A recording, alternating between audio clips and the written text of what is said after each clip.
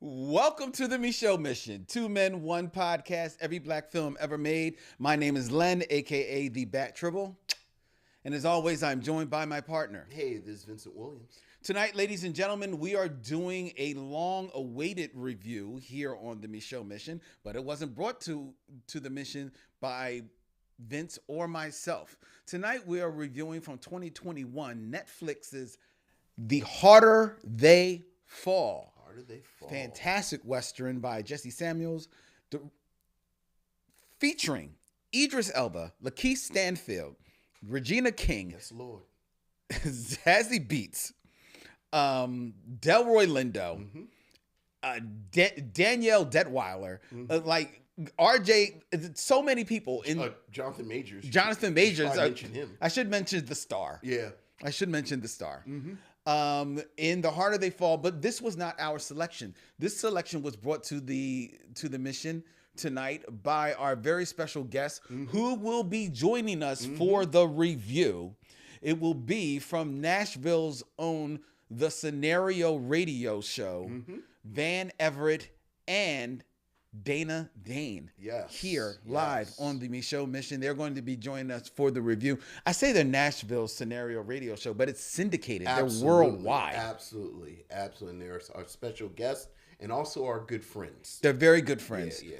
They're very good friends. We go way back with the Scenario. We do. Yeah, we do. The Scenario Radio Show is very popular. Yeah, well, it should be. Yeah, because I actually posted our little promo, saying that they were going to be on, and somebody dipped into our DMs. Was like, "Oh, Van's back on the show." I was like, "Back on the show." It's like, yes, Van's back on the show. Van's back on the show. I think they're only watching because Van's going to be on the show. They just sit on the wall and wait for Van. Just wait for Van. That's right. Well, there you go. Well, tonight is the night. Tonight's the night, ladies and gentlemen. Just for you. Just for you. Van's back. The Velvet Fog himself. But that'll be coming on later. Yes. Later, ladies and gentlemen. But first, we're going to kick off things as always. Shout out to each and every one of you out there watching us as we are streaming live to YouTube as well as Facebook right here from Yunk Junk here in Manayunk. Vincent, how are you doing? I'm good, Yeah? Busy day, as you know. Yeah, a very busy day. You know what? Real quick, let's take a moment. Okay. To welcome back our producer, in-studio producer, Dylan, who was out last week. Dylan is back, ladies and gentlemen. Dylan is back. He's back there. He's waving in his hand. He can't wave the camera, otherwise it would shake off the tripod. But he's waving his hand. Good to see you, Dylan. Good to see you back in the building, Dylan. Now, Vincent. Yes. You hate when I do this, but it was too good to pass up. Yes, and that would be... You brought up that I had not seen Talladega Nights. We are not going to eat up time on here with Talladega Nights. We have so much to do tonight. But I have come up. You challenged me. Yes. Because while I did enjoy Talladega Nights, I have seen it. But in I enjoyed it. Fashion, you were being a hater. I wasn't being a hater. You were 100% being a hater. You were very on brand. Where people say they like something, and like a sort of group says that they like something that you haven't seen, and then you go and see it, and you go into it like, I don't even know let's see what the big deal is. And then when you finish, you go, as you did in front of witnesses, you said it was all right. I did. Is that not a direct quote? That was my direct quote about Talladega Nights. Was that it was all right. So don't change it up now. I didn't say it wasn't good. No, you said it was all right. I said it was all right. All right. Okay. So go ahead. And then you challenged me to name 3 comedies made in the 21st century that were better than Talladega Nights. And you said Black Dynamite, I agreed with. And then you said something else. I'm not even going to disparage other movies, but you just talking to you just naming things.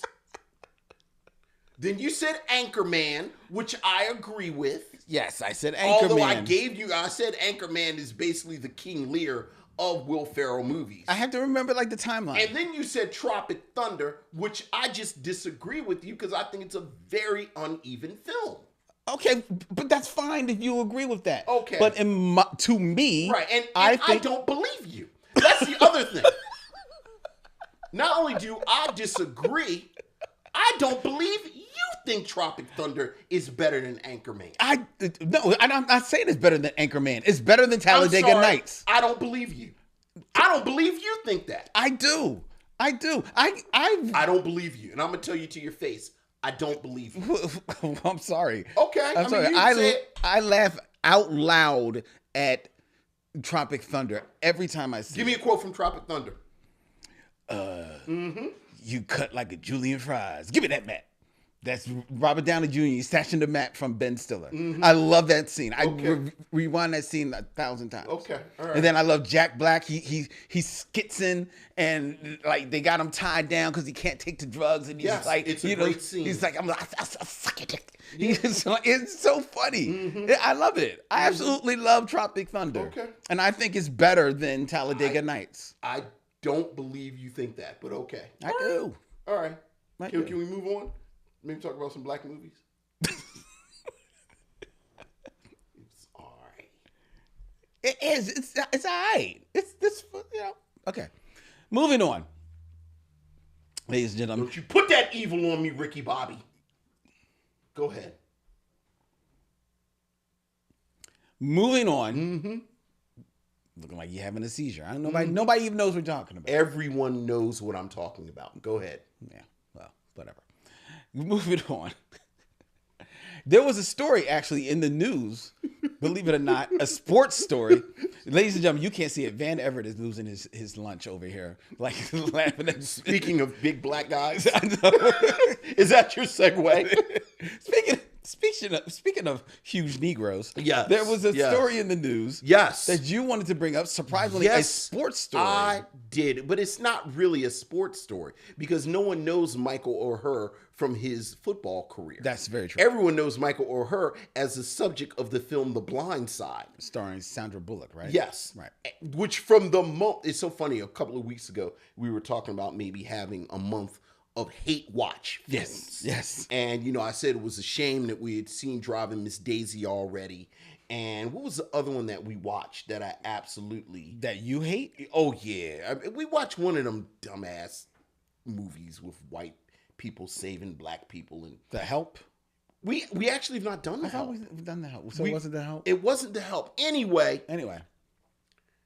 I hate The Blind Side. And I've hated it from the moment I saw the first note about The Blind Side. I hated it mainly because I knew it was off. And if you followed The Blind Side over the years, have you seen it? I've never seen the movie. There are details in the movie that from the beginning Michael or her has talked about weren't true. Okay. Details like he didn't know what a bed was, and just all this old kind of nonsense. Okay, right? You know the story. Yeah. Big black dude, and he's living with some big savage people, and then these nice white people come adopt him. Yes, and teach him about being civilized, and then he becomes a football player. Right. Well, apparently, everyone the story has always been, and as far as he knew, he was adopted by this family. Right. According to Michael or her, he was not adopted. He was actually placed under conservatorship. Okay. Which I'm not a legaltician, but it's different than adoption. And he is alleging that he has been cheated out of money and he's been lied to since this happened. And he is, pursuing legal pursuits. But I just like anything that sullies the name of The Blind Side because it was a terrible phenomenon and a terrible film, and people should be ashamed of liking it, and they should be more ashamed now. Now, he was placed in conservatorship as opposed to being adopted. What exactly is the difference? I don't know. Okay. Because I'm not a legaltician. Okay. Or a lawyer.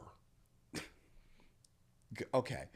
But the only time I heard of conservatorship before, like in pop culture, sure, it had to do with Britney Spears. Yeah, and I think was she? But she had parents. She had actual parents. I don't know how that conservatorship plays a part in that. But I don't know. So I seen the headlines about this. Right. I didn't read into it. The important part is that Michael Herr is saying these people were lying and they weren't the kindly Christian Southern gentility folks. So he's saying not only was he not adopted, the depiction of them is totally false as well. Well, he has always, if you've paid attention, been a little ambivalent about the depiction in the film. Okay, because knowing some things, they massage a little bit. Right. According to him, over the years, he has talked about how things were massaged. Mm-hmm. But these are all new allegations when he's talking about the money that people have made off of this story. Okay. So. All right. So it'll be interesting to see how this all plays out. Yes. Well, you'll have to be our reporter on this. I will be the blindside reporter. Yes. Right. Come in with an update. Right. I think the vast majority of my reporting will be me saying, I knew it, over and over again. So maybe we can loop me saying, I knew it. Okay. All right. But hopefully you'll come in with just some more. Couple more. Maybe factoids. we can play the theme from Different Strokes and get me really angry. Like just all of it. Just that pure, hot, white flame of hatred that I have for these things. Kept me from watching This Is Us with Sterling Brown the entire time it was on. Why? Why did that? Because I was just serious Different Strokes. Like they went and adopted this little black baby and then they raised them and the black people don't take care of their kids and we got to adopt the little. Because people love This Is Us. I know they do. People like kneel at the altar of that show. Apparently, it was very good. I could not get over the hump. Couldn't make it. I could not get over the hump of that being part of the plot. Okay, so just to be fair, your youth is what allowed you to take in Different Strokes. Like you couldn't return to Different Strokes. No, except for the fact that it's like it's a complete freak show. It is very like much. when you look at Different Strokes now, it's like this is a complete freak show. Yes. So I am, quietly fascinated by Different Strokes. Because it's a freak show. So it's like going to the zoo. It is, or the actual freak show. Okay. Because like you'll turn it on and Gary Coleman is in the man's lap, but he's like 14, and it's like this is really weird. And then you're trying to figure out if Willis or Kimberly are high, and it's and then like Mr. T shows up. It's like what was going on in the 80s? I don't know. Right. All right. Well, I think Nancy Reagan showed up. Was she on the Mr. T episode? I don't know. Didn't Nancy Reagan show up on Different Strokes? She may have because that sounds about right. I seem to see her teetering in there with her bobblehead. Right. And then of course the bicycle shop episode. Oh, see. Like it was a lot going on. It's a lot. Right. It's a lot. Yeah. So. All right. Dudley said, "I feel woozy." Okay. Arnold left him there. All right. I'm just. Can we move on? They busted in. Dudley said, "I feel woozy." We're gonna move on, ladies and gentlemen. We're gonna move on. Had no shirt on. It was like, are kids supposed to be watching? For our younger missionaries, this is 100% something that happened. I'm not being dramatic at all.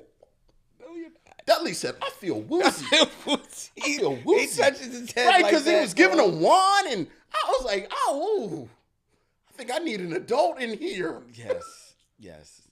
It was a very special difference. It was. Mm-hmm. Anyway. Conrad Bain was turning red. How dare you? It is time. And you remember like the first season periodically, like black relatives used to show up? How the boys? Hey, the boys. I'm here for the boys. But And then they would see where the boys are living. Right. And they want their cut. Right, exactly. Like all their relatives were just criminals and shady. And they go and ask Miss Garrett for advice. And, oh, Arnold, these are still your relatives. And all right, I'm sorry. Go ahead. We're moving on. I keep it moving. We have emails. Okay. Or, more to the point, we have missives from the missionaries.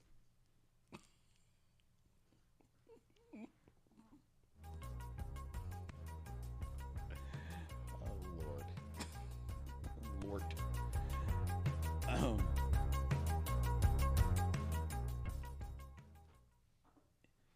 Missives from the missionaries, ladies and gentlemen. Number 1, Vincent.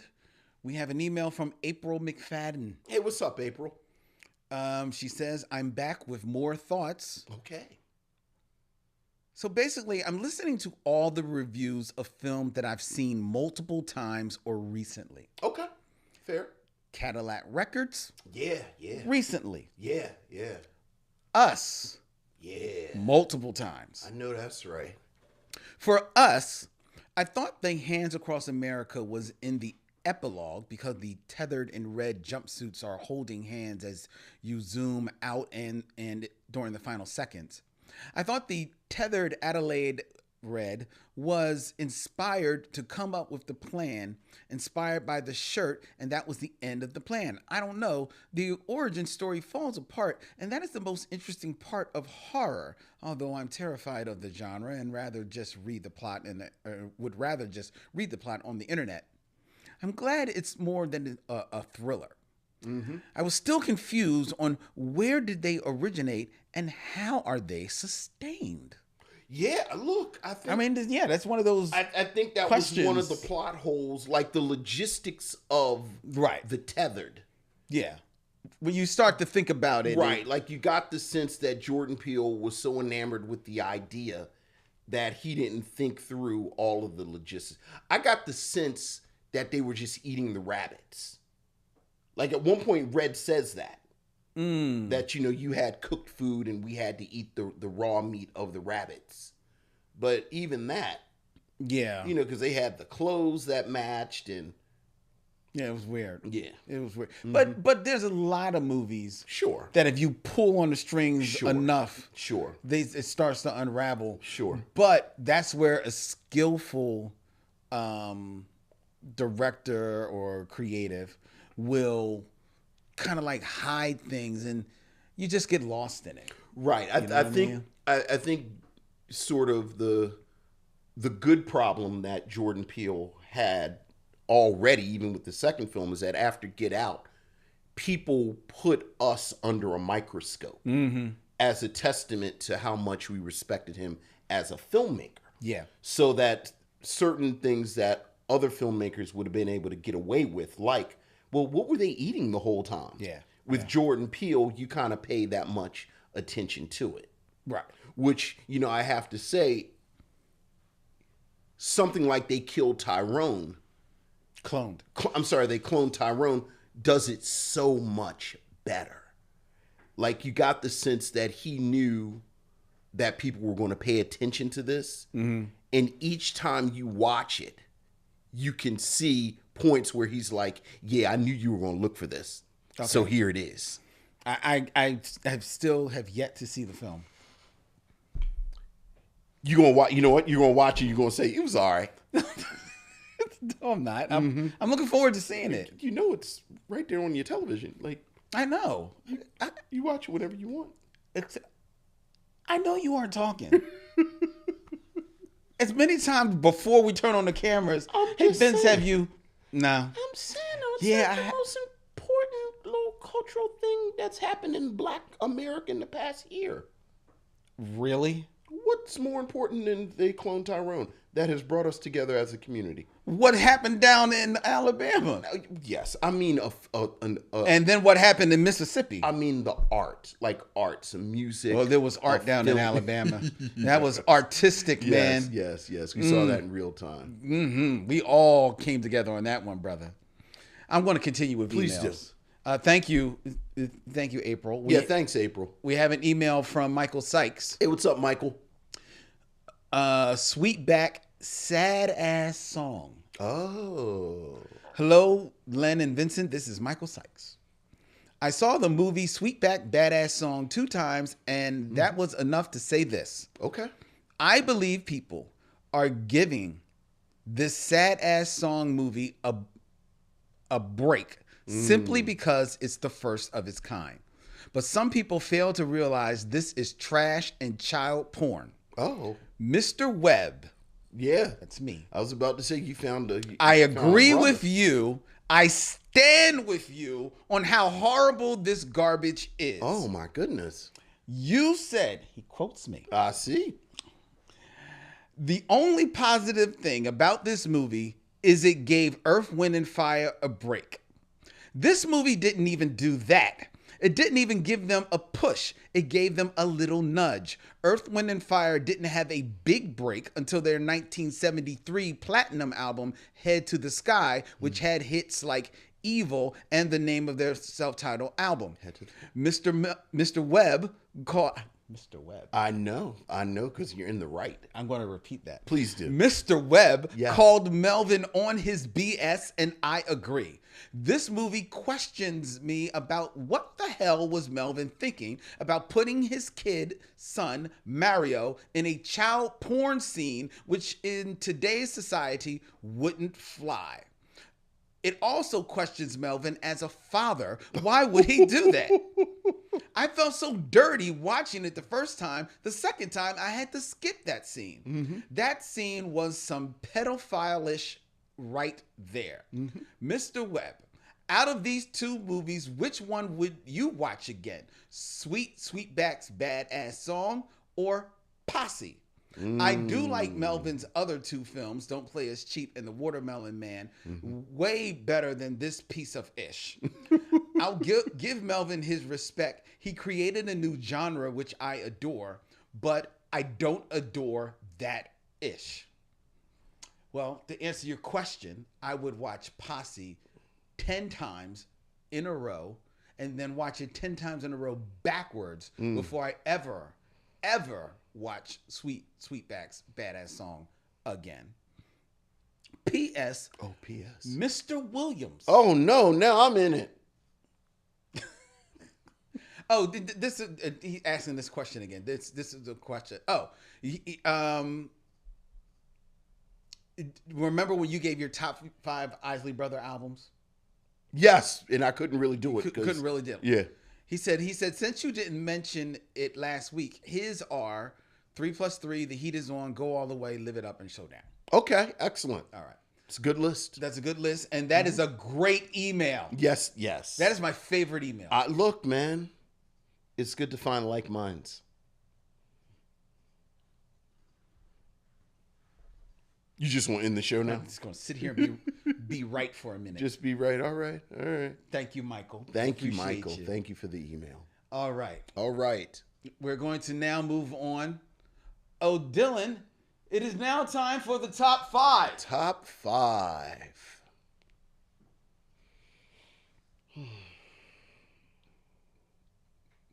You having fun? Oh, always. Am I not entertained? I'm entertained. Yes. I'm having a ball. So far, so good. Oh, Dana has joined us. My top 5 is... I see. She's finished her. My top 5 is... She got some. My top 5 Are we on right now, or are you just talking? Top 5, ladies and gentlemen, where I come up with a list and I give it to Vincent, and he gives us his scintillating commentary. Scintillating. And tonight, I'm trying again. All right. I'm taking a cue from one of my favorite animated shows of all time. Okay. The Adventures of Rocky and Bullwinkle. Okay. All right. Which, if anybody's ever watched any episode of Rocky and Bullwinkle, they always try something. Mm-hmm. It goes wrong. Mm-hmm. And then they try it again. Yeah. If at first you don't succeed. Try again. Absolutely. Until you get it done. All right. All right? All right. So, So tonight, here we go. Once again, we are presenting Top 5 Bingo. Top 5 Bingo once again. Now, I realized what went wrong last time. Oh, did you? Yes. Top 5 Bingo, ladies and gentlemen. What'd you say? You did an autopsy? I did an autopsy. It was Anatomy of a Murder? Yes, I did. Okay. I did. I CSI'd this bad boy. And I figured out what went wrong. Okay. Top 5 Bingo, for those who are first time playing, this is where and it works when we have like an ensemble movie like The Harder They Fall. Sure. And we look at the different filmographies of the top 5 stars in the movie, and we pick films that basically spell out with the first initial Bingo. Okay. And Vincent has to try and match the movie that I have selected from the select the movie filmographies. Out of 5 separate filmographies that begin with a specific letter. Yes. Correct. Now, the idea is that for every one that he matches, a prize is awarded to the 5th person who has chimed in on our chat line. Did we mail those other DVDs out? Camellia Willow has not emailed us her address. All right, Camellia. So we are sitting on her 5 films. on her 5. Okay. But to be fair, we have 5 new DVDs. Okay, and we're going to send those. All right, well, let's play the game. We're going to send them out. Now, but I realized what went wrong. Okay, what went wrong? What went wrong is that we played Top 5 Bingo. Okay. And that was based off of Bingo Long's Traveling All-Stars. Sure. But that really was the only, outside of the name of that film, that is really the only connection that Bingo has to black films. Yes. So I have changed it. And it is not Top 5 Bingo. We're playing Top 5 Django. Top 5 Django, and then that's a cowboy movie. It's a cowboy movie. It's a Western. It fits. All right, well, let's go. Who we got, Lynn? Now, do you want to see the films that people are going to be playing for? I don't. Let's just You don't? Let's just play the game. It's going to be... Okay, well, we have to find out who we're playing for. So Dylan is going to see... Miss Makiba. Miss Makiba. These could be your films. You don't want to see what she could win? I don't. Let's just play the game, Lynn. Vincent. Let's just play the game. Oh, that's no fun. All right. Well, we will show you at the end of the game, Miss Makiba, exactly what you have won. Right. What you have won. But we're playing Top 5 Django. Top 5 Django. We're going to be spelling out Django. Django. And number 1. Yes, number 1. Okay. Is D. D, the letter D. From the filmography of Jonathan Majors. A D film from the filmography of Jonathan Majors. And to be fair, most of these films are fairly recent films, Vincent. Why are you looking at the time?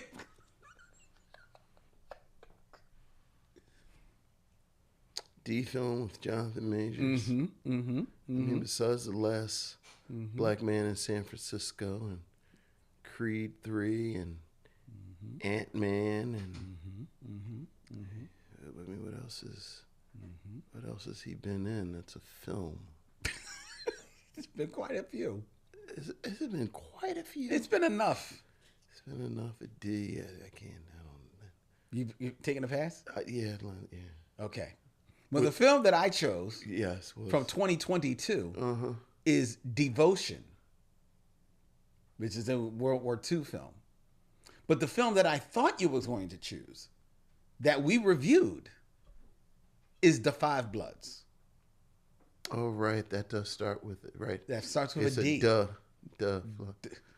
It starts with a D, not a duh. All right. It starts with a D. All right. What's J? All right. Okay. All right. We're off and running. J. J in whose filmography? From the filmography of LaKeith Stanfield. LaKeith Stanfield. This is with a J. With a J. Begins with a J. And LaKeith Stanfield is in the movie. He's in the movie. He is a star of the movie. The star of the movie. Well, he's a star He's in the movie. a star of the. But I'm not going to like. He's not the first not name. The first name. But he may. I think he is the second. Is he the second name? Yes. Who's the first name? That would give it away. Would it? Honestly, it would.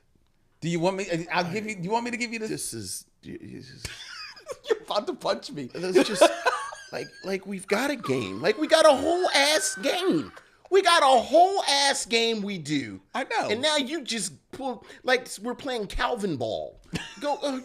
What's that? He's the second name and start with J and it's what?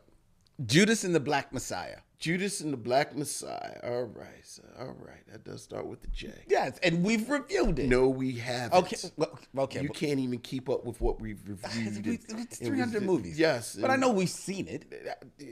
All right. What's next line? Come on. Next is A. I just found out we were doing this 30 seconds before the episode, y'all. All right, who's A? And who's A film? Who's that from the filmography of Regina King? Regina King in an A. In an A film. Come on, Vince. Come on. You can do it. Regina King. It's a movie that we reviewed. I know we reviewed this one. Come on. With Regina King in it? Yes. It begins with an A. With an A Begins with with Regina an A. King? Begins with an Because A. the only Regina I'm giving King you a films clue. that we've done, we've done If Beale Street Could Talk. I'm giving you a clue. And we've done Friday. It begins with an A. You, I'm giving you the biggest clue I can give you. That it begins with an A? Yes. Regina King. She's not in Aquila and the Bee. It begins with an A. What? My friend Calvin just texted me an image of he's having fun. Anyway, it begins with an A. Come on, 5. If you say it begins with the A one more time, I'm gonna knock all this shit over. Say it begins with the A one more time. I dare you. Well, no, because these are expensive. Don't say it again. Okay. What is it? A thin line between love and hate. Oh, for God's sake, yes. I was giving you the clue. Yes. Now you know, when you alphabetize things, you actually don't include the article as what it begins with. Well, look, like it's I know, actually filed under thin. I know. So, but I had to. Yeah, right. You had to kind of go ahead. All right, come on. Are we through? Is it through? Is it finished? We've got 3 more.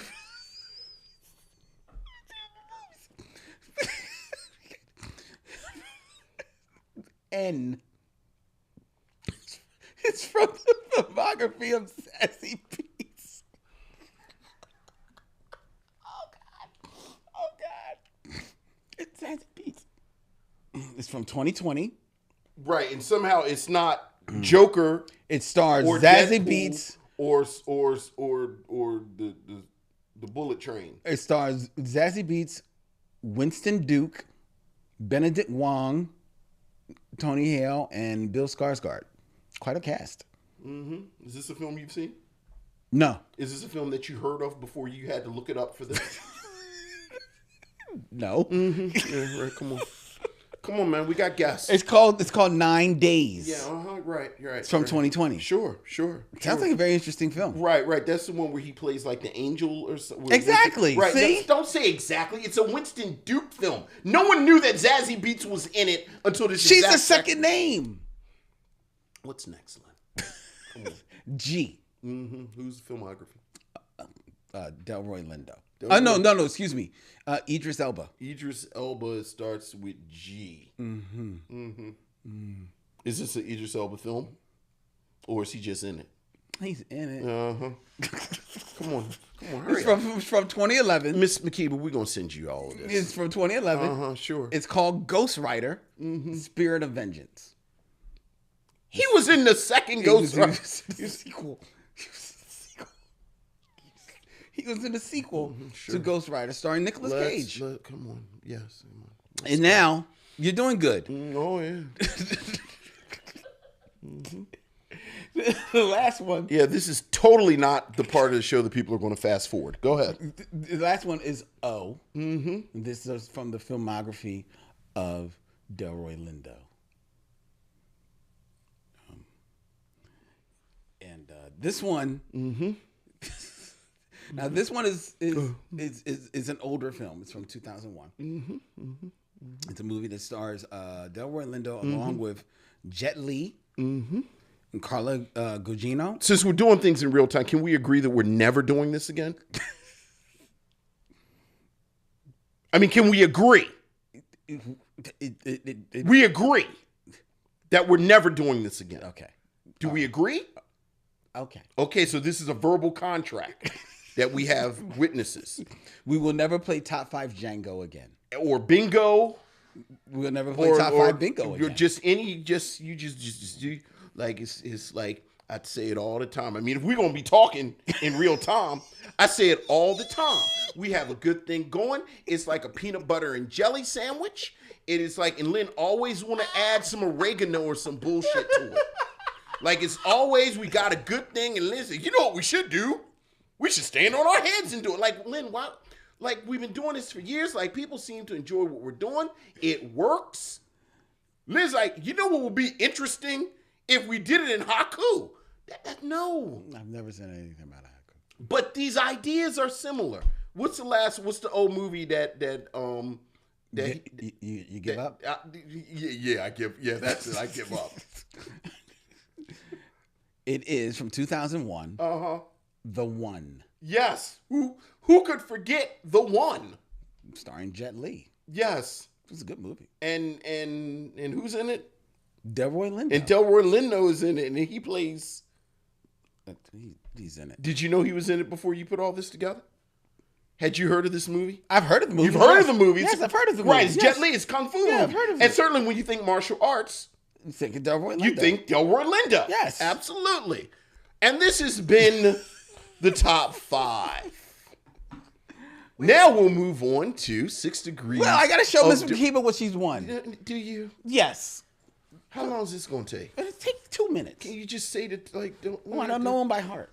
They're impressive. They're impressive. You'll be impressed by this. This part will impress you. All right, come on. Okay. For Vincent's, troubles, ladies and gentlemen. This is what Miss McKeeba has won. Yes. She has won a copy of Roots: The Next Generation. That's good. That's good, right? Can't beat the price. The first season of Underground on DVD. Okay, all right. There you go. The first season of The Chappelle Show. Yeah. On DVD. Yeah, look, sure, why not? The first 3 seasons of Power. Oh my goodness. On gracious. DVD. So much 50 Cent produced work. And The People versus O.J. Simpson on DVD. On DVD. All this is going to be for Miss McKeeba. Yes. All you have to do is just email us your address, Miss Yes. McKeeba, at micheauxmission@gmail.com. All right. And this will be on its way All for you. right. Thank you for playing Top 5 Django. Yes. All right. Moving on. Moving on. It is now time for right. 6 Degrees of D'Urville All Martin. right.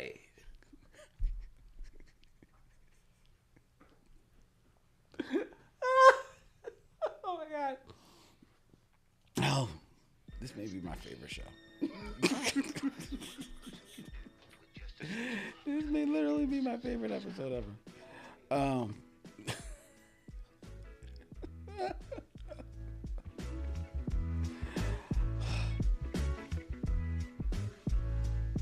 right.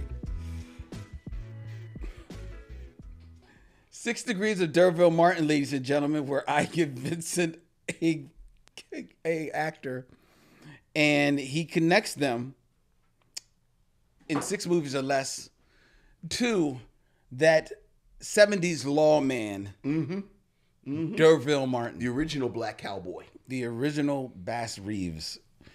Vincent. Yes, sir. We are going to be in theme. Okay. And I have chosen 2 actors. Okay. Very famous for starring in predominantly Westerns. Okay. Excellent. Who we got? Number 1. Number 1. All right. Who we got? In 6 movies or less. 6 movies or less. Connect D'Urville Martin. D'Urville Martin. to Chief Dan George. I don't know who that is. Yes, you do. I'm showing you his face. Yeah. You know the face now. You know the gentleman. Right. He Was he in Buck and the Preacher? Like, I'm just thinking of films where Native Americans would have had speaking roles. He was not in Buck and the Preacher. But he is an actor who shows up big time in like the 70s and into probably like the early 80s in films, in westerns. Is he in Silverado? He is not in Silverado. He is in one of the great westerns from 1976, The Outlaw Josie Wales. Oh, so with Clint Eastwood? Yes. Okay. Well, I'm going to go to that then. Mm-hmm. And the way I'm going to get to that would be D'Urville Martin. Okay, we can move around a little bit because D'Urville Martin is in. I don't want to get to Clint Eastwood. I mean, you know, you're trying to go a different way than usual. I mean, you know, we'll keep it on the Western side. Okay. You know, you can do that. Yeah, because, you know, D'Urville Martin is, of course, in Five on the Black Hand Side with Dick Anthony Williams, who is in Mo Better Blues with Denzel Washington, who is in Glory with Morgan Freeman, who is in Unforgiven with Clint Eastwood, who is in The Outlaw Josie Wales with, and I don't want to mispronounce, Chief Dan George. Chief Dan George. Very good. So... Very good. What was he in the 70s? Because like you said, he is a face. Well, that's 1976, but he's also in Little Big Man. Okay. Remember that movie with Dustin Hoffman? Yeah. He's in, I don't know if did you ever see Harry and Tonto? No. With Art Carney? Mm-mm. That's a good movie. He was in that. The Outlaw Josie Wales, Shadow of the Hawk, and then actually he doesn't even make it to the 80s. Right. His last movie is in 1980, Nothing Personal. Okay. Yeah. It's a shame he wasn't bigger. Like bigger, like stature. A bigger star. Yeah. It's a shame they didn't, have films from the perspective of Native peoples. Yeah, very. So very much okay, a shame. all right. But man, he made his mark though. Yeah, like great. You said, you absolutely recognize his face. Yeah. Did you? Have you seen or you remember The Outlaw Josie Wales? Yeah. Oh, yeah. I really like the Clint Eastwood movies. So do I. The 70s. They will be coming up in my review of The Harder They Fall. And I think The Outlaw Josie Wales is one of his better ones. Right. And does The Outlaw Josie Wales, that's not a spaghetti Western, is it? No, not at all. Yeah. It's 1976. Right. But I'm saying it's an interesting Clint Eastwood. It is. It's Western more, because when you think of him, you just think of the Man with No Name films, really. Well, you do, but then he did more than a few Westerns in the 70s, in the 80s, leading all the way up to Unforgiven. Did he? That where he starts to change like deconstruct that a little Besides bit. The Outlaw Josie Wales, what else did he do? Between the spaghetti westerns, because he did Pale Rider. Right, Pale Rider. Yeah, Pale Rider is good. And then it's Pale Rider, and then there's another one where he comes back to the town, and I can't. I'm drawing a blank on the name of it right now. But he's done more than a few. Yeah, and then he caps it off with right. Of course, Unforgiven, which is just perfect. It is good. Yeah. So it is very good. Okay, but all right. Who else we got? All right, the next one. Known for cowboy / westerns. Known for cowboy movies. In 6 movies or less, connect D'Urville Martin to Woody Strode. Oh, Woody Strode is so funny because it just came up because D'Urville Martin is in, how do I want to do this?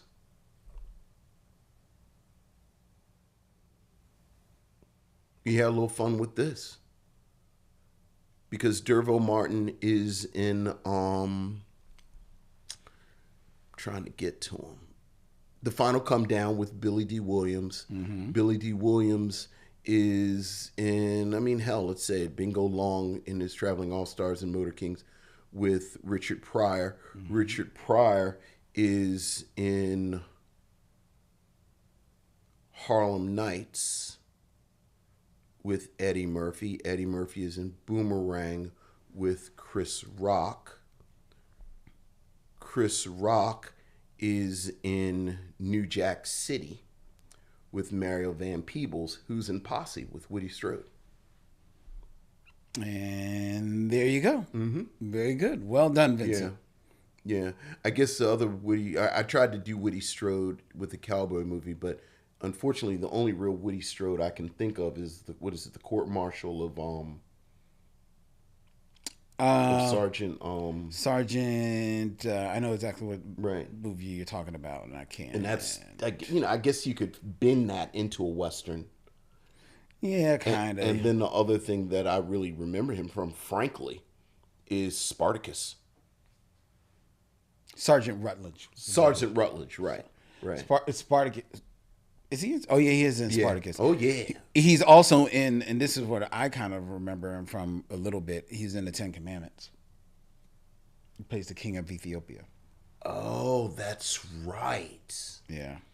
Yeah, but he shows up in a lot of westerns. Yeah, a lot of westerns. Well, I know he does. I just couldn't. Yeah. Very good. Yeah. I thought that one might stump you a little bit, but I figured he's done more. A lot of stuff. Well, the thing, I knew I could pull him. Like, I put a pin in him with Posse. That's true. So I knew I could get, kind of like I have my Russ Tamblyn is in, once again, Django Unchained. Mm-hmm. So it's like these sort of weird people who are kind of standing there that if you pull somebody out, I'm like, oh, I can get to him like this. You see how Django works in many different ways? It does work in many different ways. It does. It doesn't work in a lot of other ways. That's the thing, though. That's the way it works. But there you go. Well, very good, Vincent. See how smoothly that went? Yeah, very well. It's almost like we do it all the time. We do. And it's practiced, and it's a well-oiled machine. It is. Like, you give me somebody. Mm-hmm. And then you connect them. And then I connect them. Sometimes I have to ask a question. Hey, give me a movie he's in, but it's not a prolonged kind of. See how nice that is? Mm-hmm. Mm-hmm. All right. Let's move on, ladies and gentlemen. It is now time for our review of The Harder They Fall, which means that we will be bringing in our long-awaited, very special guest. And you know who you are. You've been waiting for him. From the Scenario Radio Show, which can be heard worldwide, we bring you Van Everette and Dana Dane here on the Micheaux Mission. Hello. How are you doing? Hey. What's up, y'all? Welcome. Glad to be here. I've been back here having a great time listening to the two of you. The whole Django thing, and especially the Different Strokes review. Chef's kiss.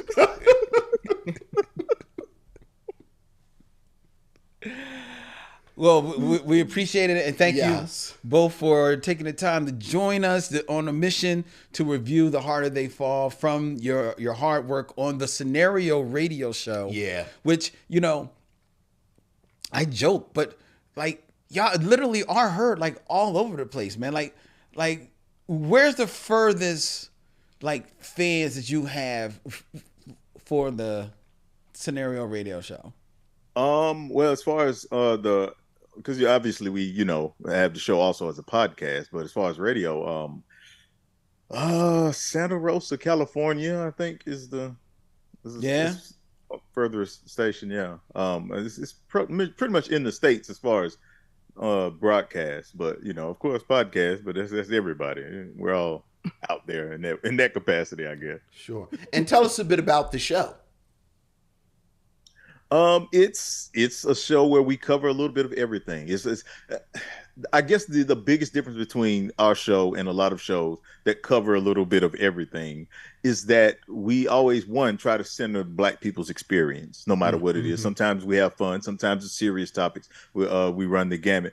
And the second thing is that our show is oriented around a playlist. That's why we always call it Real Talk with a Playlist. Every episode has a playlist that goes along with it that has corresponding music. And for me, the big idea behind that was that we as Black people, we live with music in a way that I think, especially in America, that's really special for us. That if you have someone tell you about a song that they have chosen, you get to hear some of their story. They're going to tell you things about them that otherwise that may never come up in the conversation. So I always thought it was a great way for us to connect with people, was to have that playlist. Okay, that's what's up. Amen. And now the two of you are here with us on the mission, Van Everette and Dana. Dana, you are the on-air producer for the Scenario Radio Show, right? I am, and that answers the question on why I'm not as popular as Van. People they want to check it for me now. Now they want to see Van. That's okay. All right, but let Van talk. But yeah, People love Dana. People love Dana. They love me, but they love them some Van now. They love Van. I mean, hey, we all kneel before Van, because Van just comes in like, hey, how you doing, Van? It always feels like it should be the Quiet Storm. I know. Yeah, I have to try to make sure I watch that, because I don't want to sound too laid back, because my show isn't a Quiet Storm show. It's one of those, and usually at some point on the show, if given an opportunity, I'll rant. So you kind of lose some of that. Trust me, the sex appeal dwindles very quickly by the time you get me started talking about Trump or something. That's true. That's fair. That's true. But I mean, but I'm sorry, Van. Like, even right now, you're talking about your ranting, and all I hear is like, we're here to review The Harder They Fall in Love.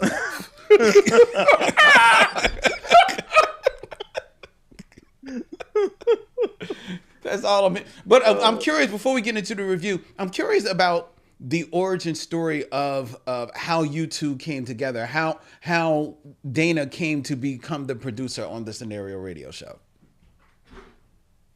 Dana, you want to take it? Look, you looking at me. Well, Van and I, we actually go to church together. So I've been knowing Van since I was like a kid. When I was about 16, 17-ish, I said I would start doing music. And he was like, I do music. I said, really? And he used to take me to the studio all the time. I used to go to the studio, work with different artists with him. Then he decided to make the radio show. And by then I had graduated college, and he was like, you want to help me out? And I was like, of course, that's my guy. So that's kind of really, that's it. We just been knowing each other for a while, and he's always been a big supporter of me. So, hey, I got to support the Scenario Radio Show. That's fantastic. Yeah, I was, after mentoring her for a few years on audio production, she was the one person I knew that knew everything that needed to be known about doing what we needed for the show. It was like, yeah, it'd be great to have her on. So, and it worked out great. And she also does a segment called, the segment formerly known as This Week in Black Twitter, y'all, which is real popular as well. So it works out great. Yeah. A little pop culture segment, little every now and then, you know, I dibble and dabble. Are you going to rename it for This Week in Black X? You know, No. He answered that very quickly. No. I wouldn't want to. One, because that sounds weird. Something about it doesnn't sit right. Right. But you secondly, shouldn't Google Black X. Malcolm X. You know, we can spin it. Yeah, we already. I mean, that's why we call it the segment formerly known as Black there Twitter. You go. It was already. It started as This Week in Black Twitter, but at some point, because Dana was a little bit, shaky on consistency. Yeah, I wasn't on Twitter. I was like, let's just make it general. Facebook, Instagram, just anything black that's popular. I'll put my little pizzazz on it. Okay. Yeah. Nice. So it works out with the name. It'll always work well with the name that it has. Hopefully. You're right. Very good. Well, thank you both for joining us. Absolutely. And we're going to get into our review of The Harder They Fall, ladies and gentlemen, a 2021 American Western directed by James Samuel, his feature directorial debut. Yeah. Oh, yeah. He also co-wrote the movie with Bose Yankin. The film stars Jonathan Majors, Idris Elba, Zazie Beats, Regina King, Delroy Lindo, LaKeith Stanfield, R.J. Seiler, Danielle Detweiler, Eddie Gathegi, and Dion Cole. It is one of the few westerns whose principal cast members are all black.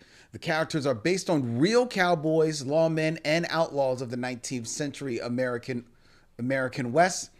And it premiered in 2021, in November of 2021, on Netflix to rave reviews for the film, the direction, the cast, as well as the soundtrack. Talk about a playlist. Yeah, how about that?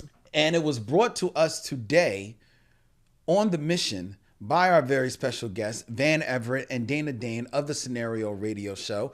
And I checked, it was Dana who selected this for tonight's stop on The Mission. How about that? So, Dana, what say you of The Harder They Fall?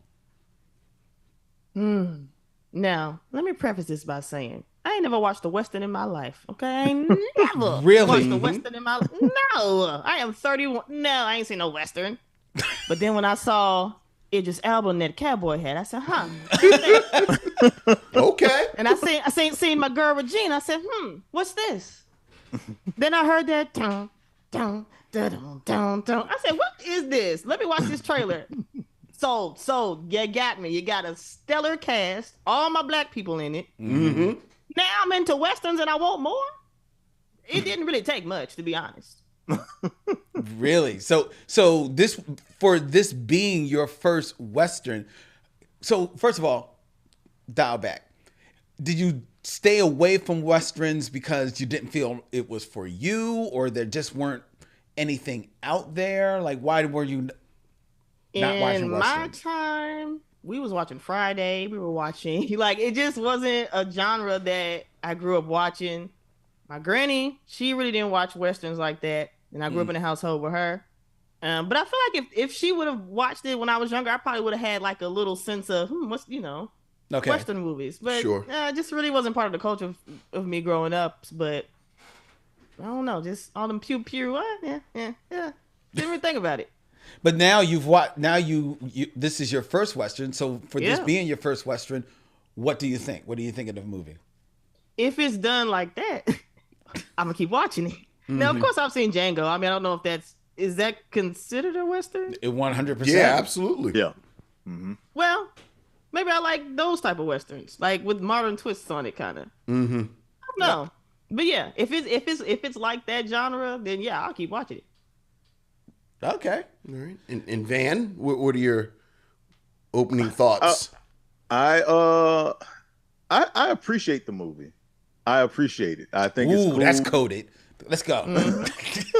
No, yeah, because the thing is, what I realized is, I remember the first time I watched it, I was like, oh, that was cool. That was great and everything. I think my expectations had already been molded in a certain way because of the promo for it. Mm-hmm. All black cast, all of these names, this directorial debut. They even make sure to let everybody know in a lot of the pub that they didn't use the N-word once, which is a shame that there had to be a feature of a black movie. But yeah, and all the, just all the things that you were hearing leading up to it that made me anticipate it, and it didn't fall short in what I anticipated, watching it that first time. But watching it again, like in prep for this show and just watching it as a movie, again, it was cool.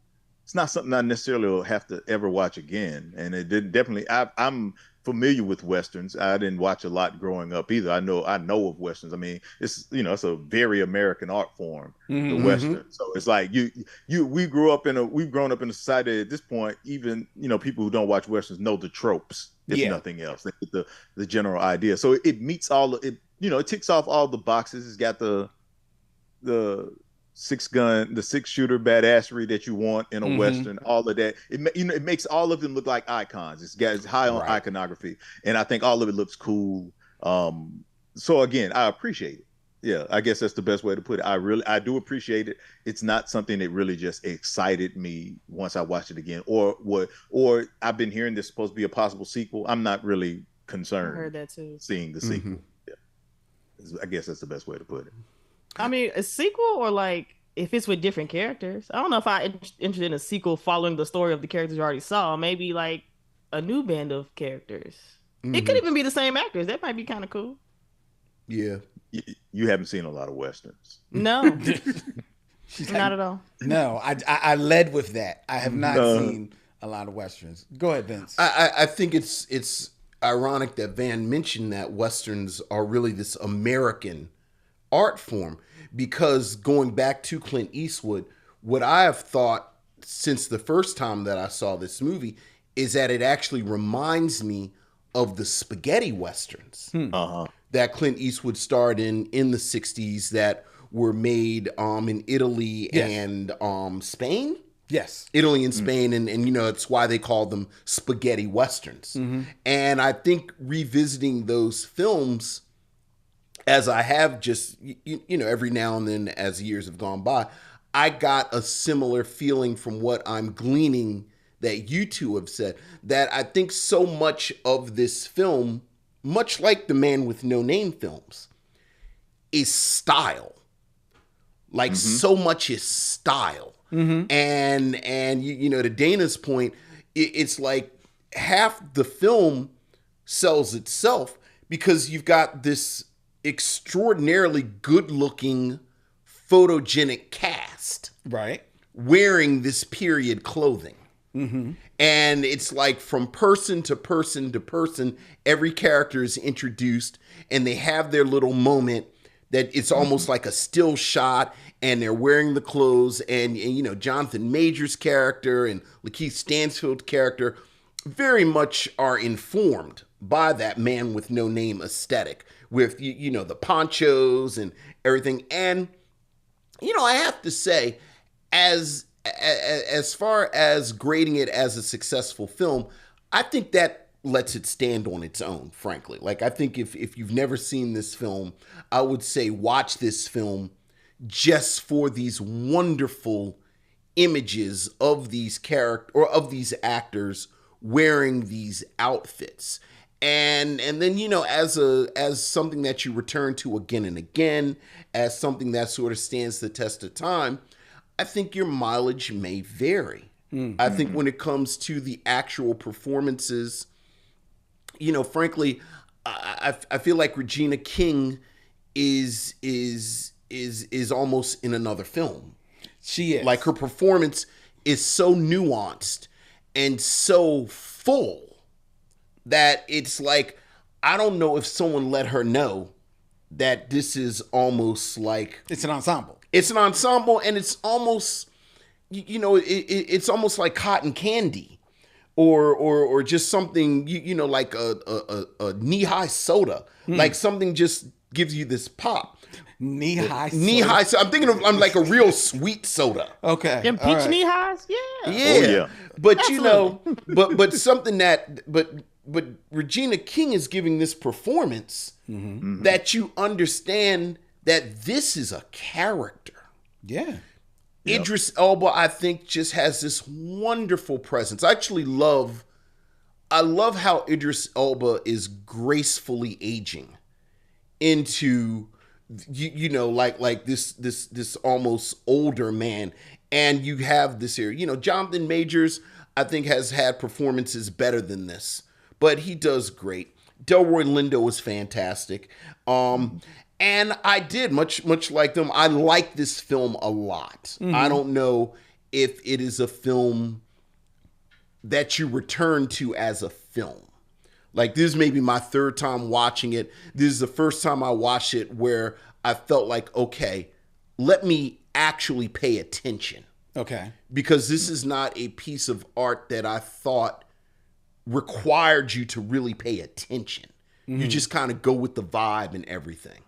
See, it's interesting you compared this to the spaghetti westerns of Clint Eastwood, because while I definitely see the influence on here, I actually, to my eye, watching this, was thinking of the films of Quentin Tarantino, specifically Django, like Dana mentioned, and The Hateful Eight, another western that he did, where Quentin Tarantino is so in love with the influences that have, bred his love of film, of which the spaghetti westerns are part of, that he can't help but to sometimes like recreate the same tricks and bits in the films, in his movies.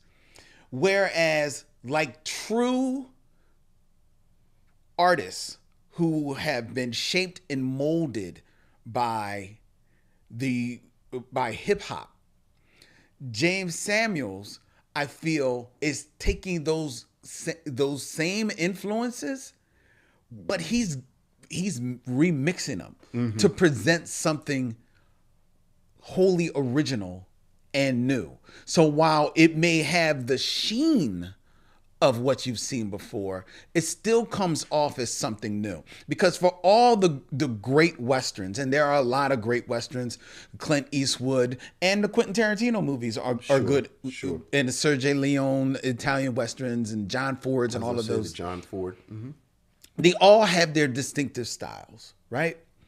This film, maybe byproduct of it also being 2022 and slightly digital, but this film is a beautiful, beautiful movie. But it is a movie that has some of the fiercest needle drops you will ever see in a film. And it makes sense because James Samuels is also a music producer. So,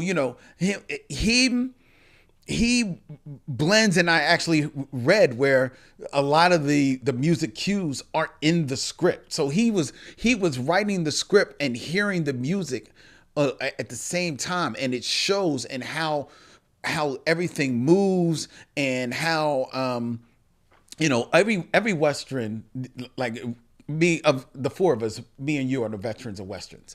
And Westerns are known for, like most action movies, to have like a couple of big set pieces. It started off, maybe a mid one in the middle, and then the grand finale at the end. But when you think about this movie really only has one big set piece. That's it. And it's the finale. But the finale, there's so many moving parts of it because you've got Zazie Beats and Regina King getting it on. You've got the whole conflict that ultimately is the showdown between Nat Love and Rufus Buck.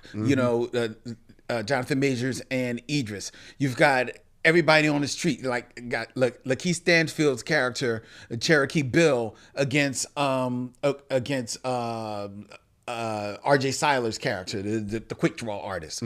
You got all these moving parts, and you've got the music that just, you never lose the geography of where everyone is. You've got Delroy Lindo basically just standing in the middle of town and just gunning off people one at a time. Like, oh my God, how can this statue just shoot everybody in 360 degrees? Because he's Delroy Lindo. And he's Bass Reeves. And that's what Bass Reeves does. You know what I mean? But you buy it.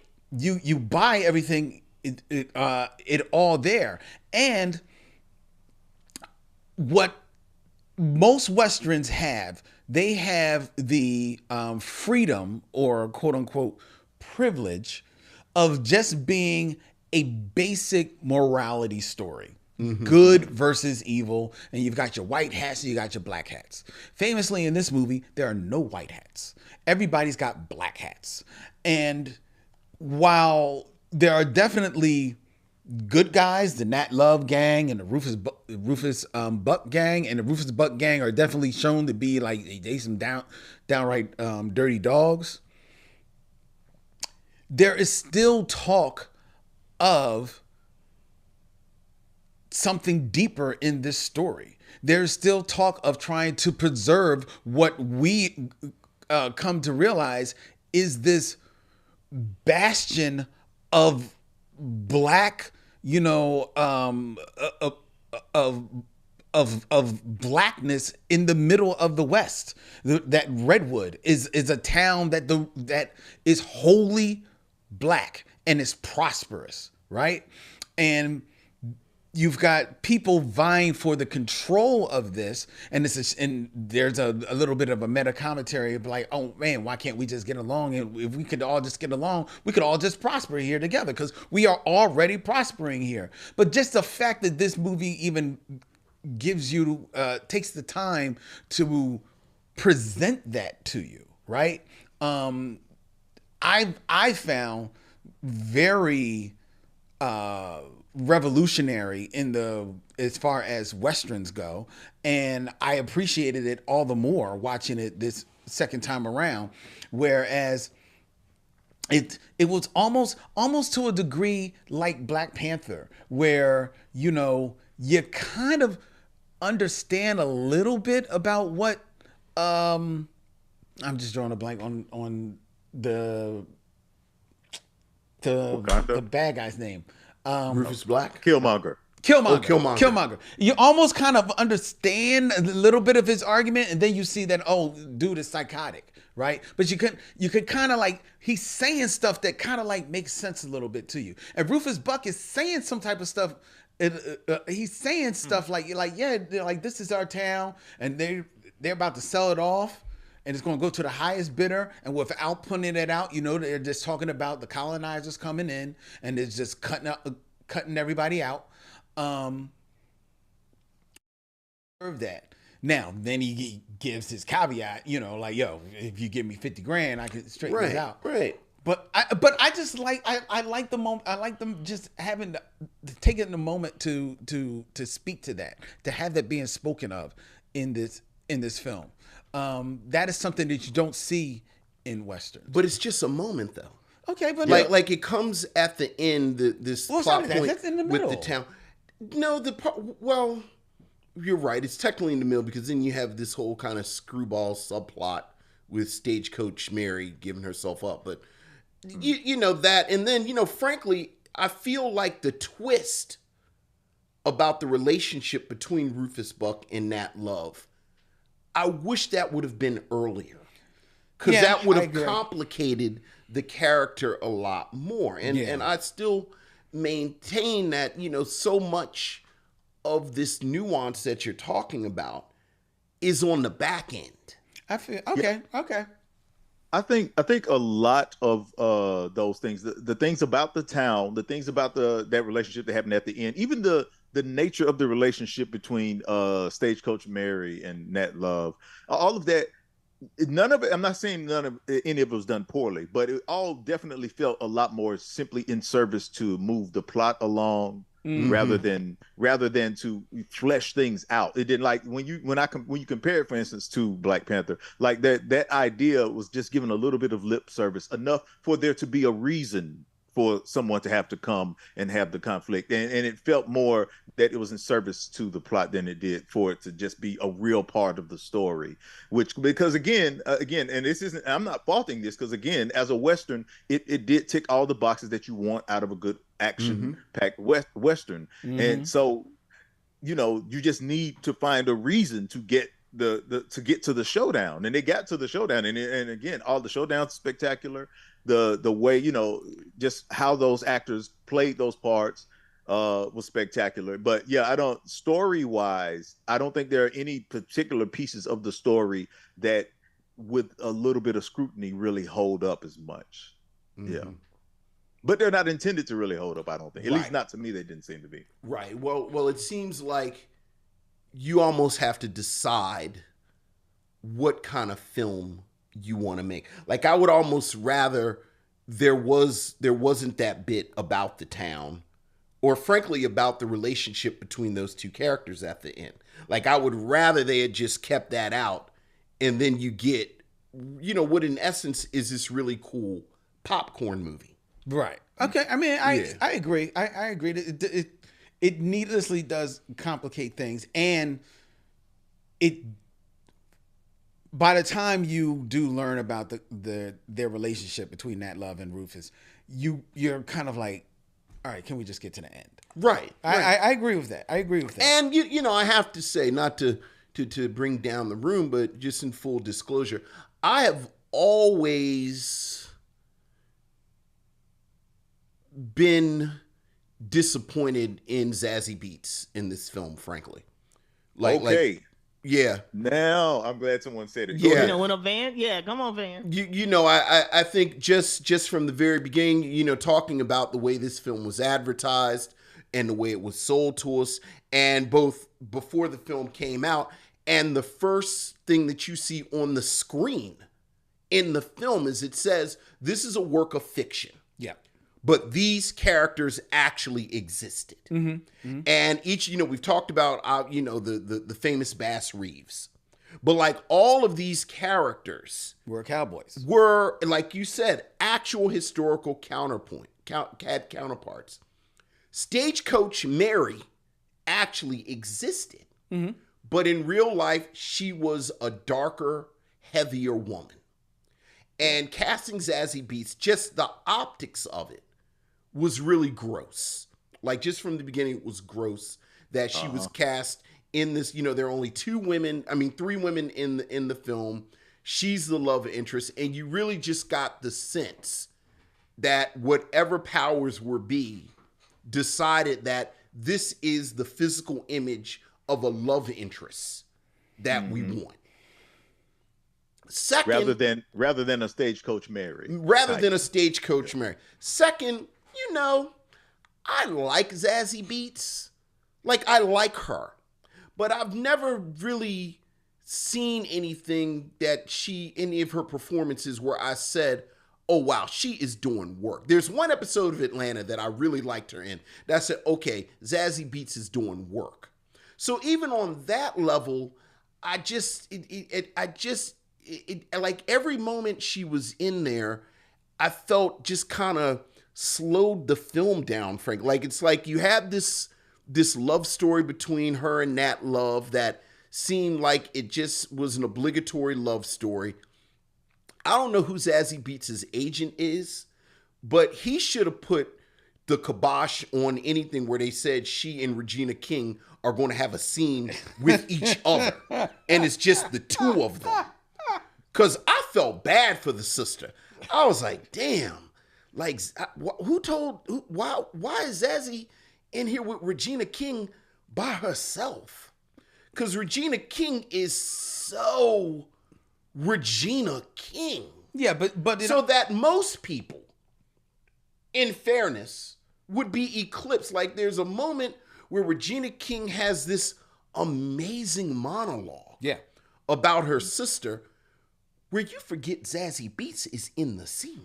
Well, yeah, that's Regina's big scene. Yeah. Yeah, but as the parallel to Regina King, like Idris Elba and Jonathan Majors, like you understand that energy. Like Jonathan Majors and Delroy Lindo. Okay, these are actors that you kind of see them together. And she just was not up to task. And then, just this whole subplot of she's going to go and get information. That was stupid. And it's so stupid, that the people in the film say it's stupid. That was stupid. Like, and it's like, again, but as they say in the film, it's almost like, well, we need to have a damsel in distress moment. We need to have a moment where he comes in as the hero. And, it doesn't derail the film for me. Let's be clear. But if we are having a whole conversation about it, I think, I have to say, whenever I get to Zazie Beats in this film, I'm like, oh, okay, come on, let's go ahead.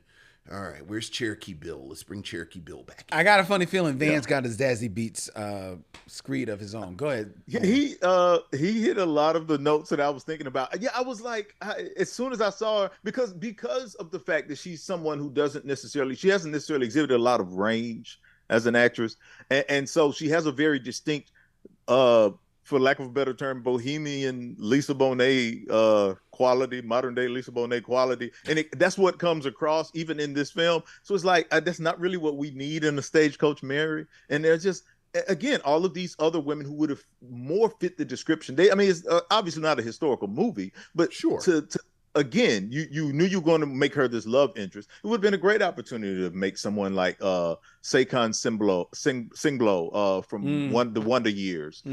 Put her in that role. She will. Danielle Brooks from Orange is the New Black, somebody like that. Like that Wunmi Masaku from Lovecraft Country. From Lovecraft Country, I was yelling at the screen the whole time. I want to see Jill Scott. That's just me though. Oh Lord. Yeah. Jill Scott, well, to be fair, I don't know what role she would have played, but Cynthia Erivo was connected to this movie, but then when things got kind of like bogged down because of the pandemic, her schedule, she had to sign off on it. Now I don't know if she was right. You don't know what role she was playing. But she is someone that I saw was connected to the film. Yeah, and I could see her if maybe not in stature, I certainly could see her in performance wise. Right. And also in a room across from Regina King. Fitting that role. Yeah. Because the one thing I don't feel, I don't necessarily share your same vibe on Zazie Beats as an actress. But I will say, to Van's point, I never believed she fit the era of this of this. She just it just didn't fit. It didn't work. So that is what took me out of it. Like her scenes against Regina King, look, quiet as kept, smartly, when you notice Regina King with Idris Elba only has like about 2 lines versus her. They realize like nobody really is doing anything against Regina King, because when Regina King is on the screen, she is doing her thing. She is owning it. So I'm not gonna knock her too much on there. I think that as much as this movie tries to be different, it does. Still is playing, it's a Western. So there are beats that it has to have. It has a love story. There's always an obligatory love story in most Westerns, right? There's almost always a damsel in distress. The damsel in distress usually doesn't, throw hands like Stagecoach Mary in here. Sure. So it's not the typical damsel in distress. Sure. So I'm going to give dude a pass and, trying to have his cake and eat it too. And, I'm giving you a Western. So for fans of Westerns, everything you like about old Westerns, it's right here. But I'm going to try and flip it a little bit on his head as much as I can. And that's what he did. I mean, again, I don't think it... And we've got Dana in now. Now Dana's down with Westerns. Right. Again, I don't think it disqualifies the film at all. But I do think the plot points... You know me. I would rather you reach high than low. Like, I think this is a perfectly... Not even perfectly fine. This is a very good popcorn flick. Mm-hmm. But I do have to say, as someone who always wants a fuller meal if given the choice, the plot development at the end between these two characters and their relation, Nat Love and Rufus Black. Buck. The whole dynamic of this black town and Dion Cole's character having sold him out. I thought there was an opportunity to make something more substantial. Yeah. So, you know what? I think if we're talking about The Harder They Fall, the series, I'm there. Sure. But Harder They Fall, the movie, popcorn Western as it is. Sure. They touch on stuff.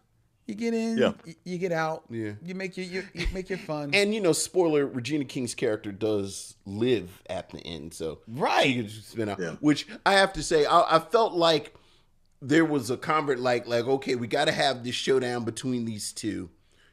Zazie Beats' character is a good guy. We want the good guy to win, but like someone in a room somewhere said, there's no reality in the multiverse where she beats Regina King in anything. Not checkers, not spades, not arm wrestling, certainly not a fight to the death. So we just going to go ahead, call it. So I said, okay, well, I'm glad somebody watched the dailies. So you're all for a sequel just so that Stagecoach Mary can be bumped off? No, I don't need Stagecoach Mary to be bumped off. Well, that's who Treacherous Trudy's going to be after. Well, not necessarily. Jonathan Majors has his own situations going on. So let's just say in the sequel, the two of them moved to Mexico, bought a little ranch, and now they're living in peace. And now Stagecoach Mary can do her thing. No, you mean Treacherous Trudy. Treacherous Trudy, right, can do her thing. That's all. Okay. All right. I can't remember if Deion Cole's character survived or not. No, he doesn't. No, he doesn't. But I will say, didn't know he could act like that. When I first watched the movie when it came out, I was like, Deion Cole, who did he play? I didn't even realize it was him. Mm-hmm. When I watched it the second time, I was like, oh, Deion, like he was killing it. Yeah, he's good. He's good. I think everybody is good, is solid to very good. He is. Yeah. He is. But what you're finding there, Dana, is that and it's something that you find. A lot of comedians wind up being very good actors. And I'm not even just talking about Eddie Murphy.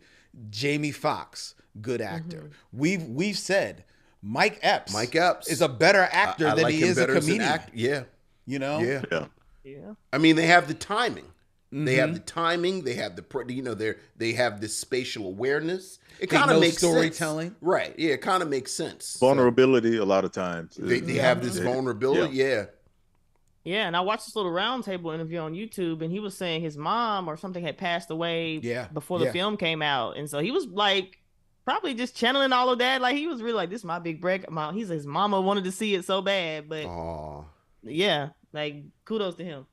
Yeah, I like Deion Cole. I've seen a couple of his specials, and he actually did one special that he did not long after his mother passed, and he dedicated to her. Really sweet. Everyone in the film, pretty much for the most part. Again, Zazie Beats, I'm kind of not really. I'm gonna count on the fence on her, but yeah, they were. If nothing else, they all were iconic. They capture like if there was anything missing with the plot, their charisma carried it. Got it over. In a lot of ways, and a good Western has charismatic characters in it, and they were all it was set up the way it was shot, just the scenes, everything. When they go and they do the train robbery and they're going to go get Idris Elba's character, and they're kind of going down the middle on the train. They have this overhead shot where Buffalo, it's not Buffalo Bill. Cherokee Bill. Cherokee Bill, and he's kind of letting everybody know you're going to need to stay still and everything. We're going to just come and do what we got to do. And they have him in the front, and then the shot shows everybody else kind of point their guns out. Mm-hmm. It's just stuff like that. All these iconic, every other shot in the movie could have been a poster for something. Yes. So it's like it's high on iconography. So it like you say, it's a great popcorn movie. It is something I wouldn't, even the criticisms I have of it are as a movie, but not as a Western. Yeah, it's like it is what it's supposed to be. But yeah, I would have liked for them to have taken any of those storylines and just dug a little bit further into it, rather than kind of just parse a lot of them out to move the plot along. Yeah. And I'm glad you brought up Cherokee Bill, because this is yet another nice showcase for LaKeith Stanfield. Mm-hmm. He's so hypnotic.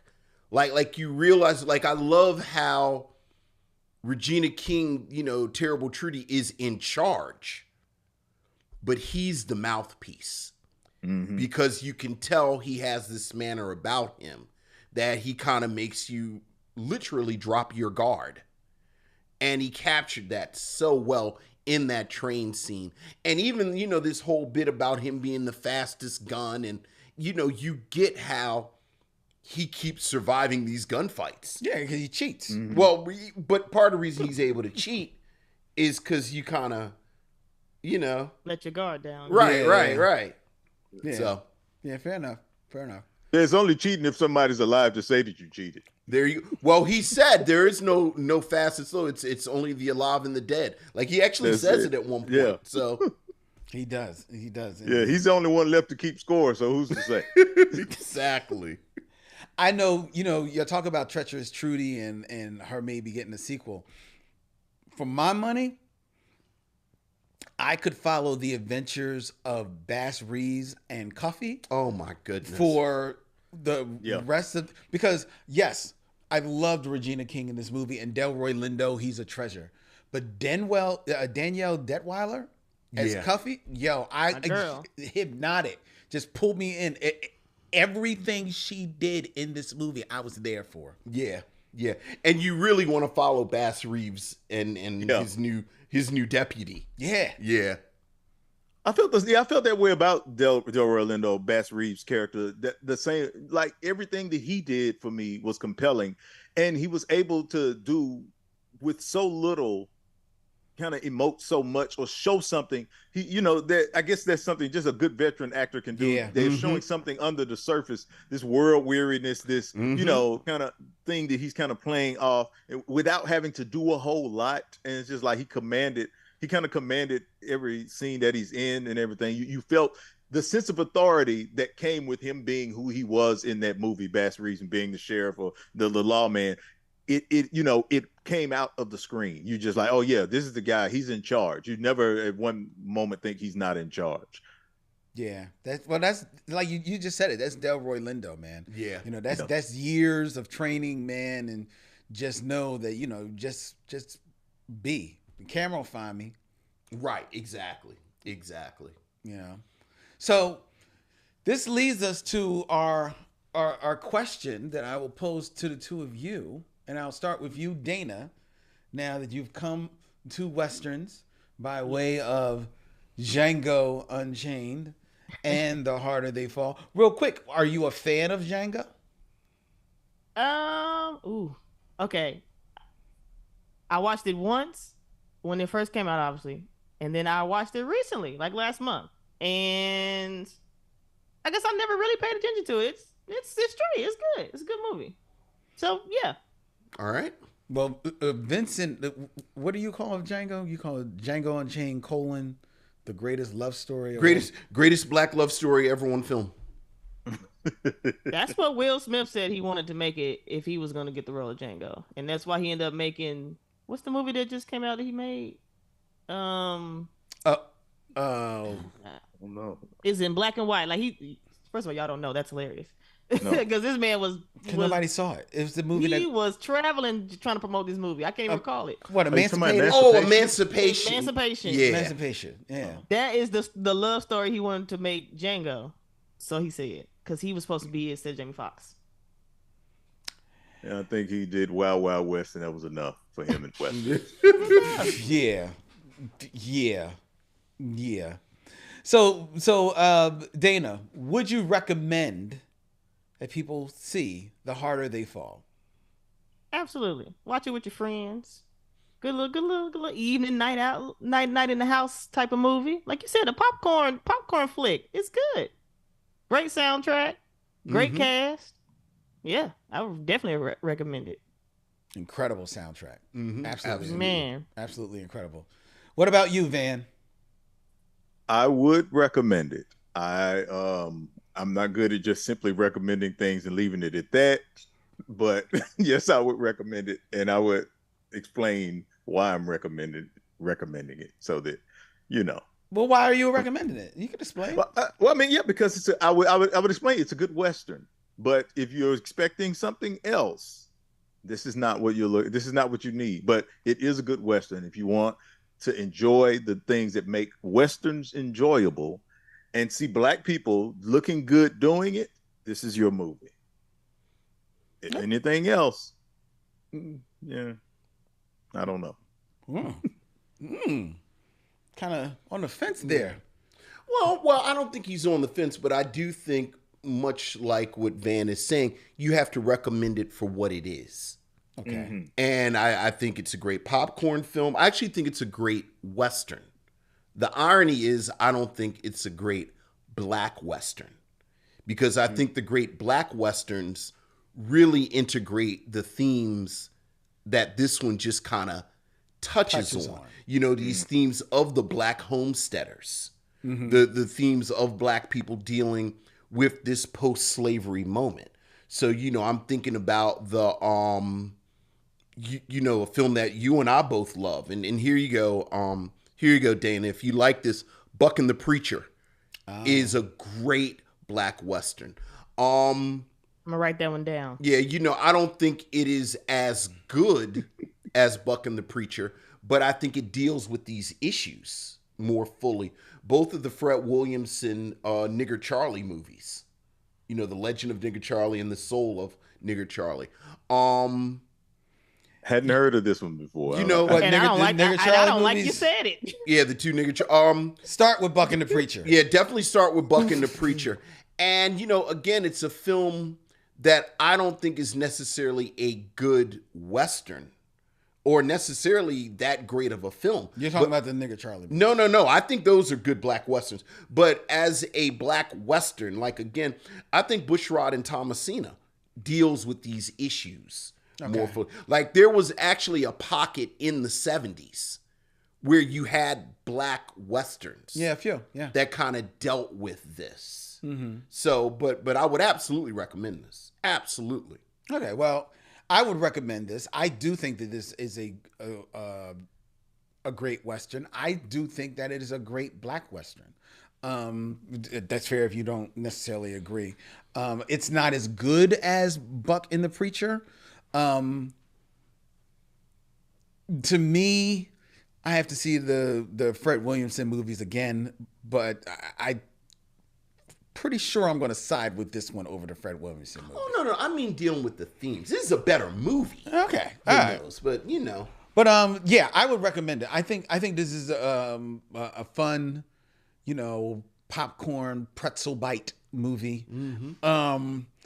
And I think that it is just really to be a directorial debut. It is another one that is just, you need to. I want to see more from you. Right, you want to see what James Samuel does next. Because this was so assured. You could not tell me this was this man's first movie, because it is so assured, so confident, so thrilling, so original. Like that shot that Van was talking about, I remember that shot. I could see it. It was like, ooh, that pops. There's another scene where the two quick draw guys are talking to one another, but it's it's almost like a drone shot looking down, and it's their shadows are talking to one another. Yeah. It's so, it's so, and there's a lot of stuff in this movie like that. When the Fela song starts and Fela Kuti is talking,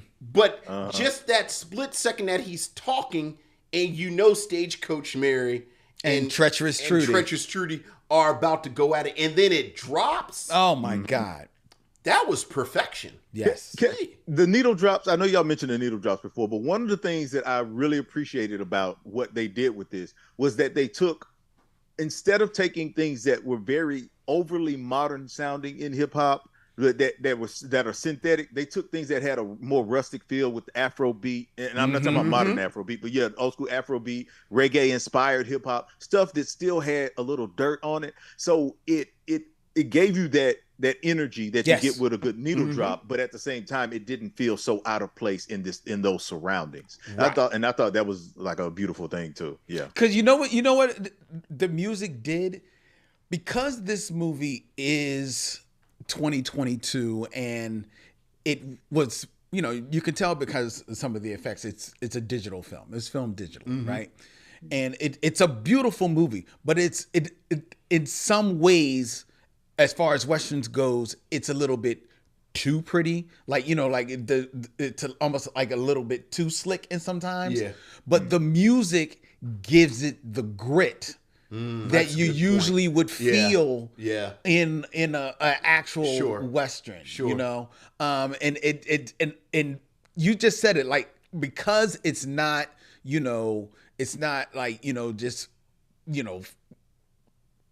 simple hip hop beats, it's mixing. It doesn't sound slick. It doesn't sound slick. It's mixing the Afro beats. It sounds because it's world music. It's all to building in this world, and it just creates it finishes the universe. It completes it.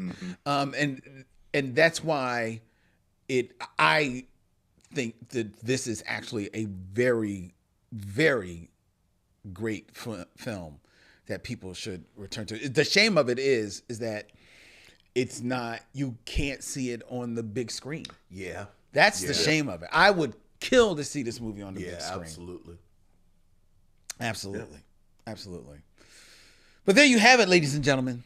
That is our review of The Harder They Fall in Love.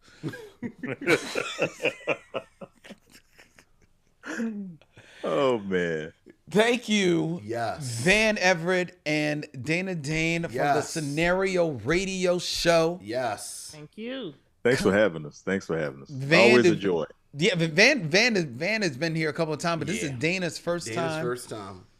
Yeah, it's like how John Legend got up out from behind that piano, like Andre 3000 has said in that one song. That's me now. I'm getting up from behind the scenes, and I'm getting the interviews I like now. that. You know? I like that. So hopefully we'll see more of you the next time you come out. Yes. Let people know if they want to catch the Scenario Radio Show, how they can get down. All right. Right now, we are currently on our summer hiatus. We're actually going to extend that hiatus for a little longer than we usually do. We usually come back in September, but we're going to extend the hiatus a little bit longer. We're doing a lot of retooling and things, but you can still always check out all of our shows. You can find everything oriented around the Scenario Radio Show at www.thescenarioradioshow.com. Of course, if you want to check out any of our social media, we're on Instagram, Twitter, Facebook, TikTok. All of that stuff. So you can check us out there. But yeah, we've got a lot of we've got 7 seasons of stuff. So it's plenty, of great shows right now. And we're still featuring some of our replays each week. This week, we're featuring the 90s girl group countdown. So nice. R&B girl groups. Yeah, so it's a dope show. It's fun. Check out friend of our show and yours, Toya Haynes, is actually on that episode. So check that out. Okay, there you go. All right, ladies and gentlemen, we're going to let you get out of here tonight while we wrap up the show. Thanks again for taking the time on the mission. Thank you. All right. Before we tell you what we're going to be reviewing next week, ladies and gentlemen, I invite you to like and follow the Micheaux Mission, 2 Men, 1 podcast, every black film ever made. You can go to micheauxmission.com and check out swag and check out all of the cool designs that we have available for your buying pleasure by way of our good friends at T Public. You could also follow us on the social media of your choice, whether it be Instagram, Facebook, the social media formerly known as Twitter, at Micheaux Mission. Check us out right there. Tell us what you're thinking. The Micheaux Mission is also streams live every Tuesday night on YouTube. YouTube.com/@Micheaux Mission. You can find us there. Subscribe, hit the buzzer so you're reminded when we have new videos posting. We just posted a couple of new shorts up there. We're going to be posting shorts from this episode. Our live streams go up every Tuesday night. We're going to show edited versions. We might even edit out Django from this episode and put it as a very special feature on there. I know you can't wait. Oh, yes. With bated breath. And don't forget, Miss Makiba, you got to email us your address so that you can get your cavalcade of DVDs mailed out to you. And Camilla, send us your information. We're waiting for you as well. Okay? You can also, if you want to get down with the Micheaux Mission, you can leave us a voicemail. You can give us a call at 215-867-9666. Or if you want, you can send us an email at micheauxmission@gmail.com. Either way, we will present your thoughts here live on the show. All right. The Micheaux Mission is also a proud member of The Podglomerate, thepodglomerate.com.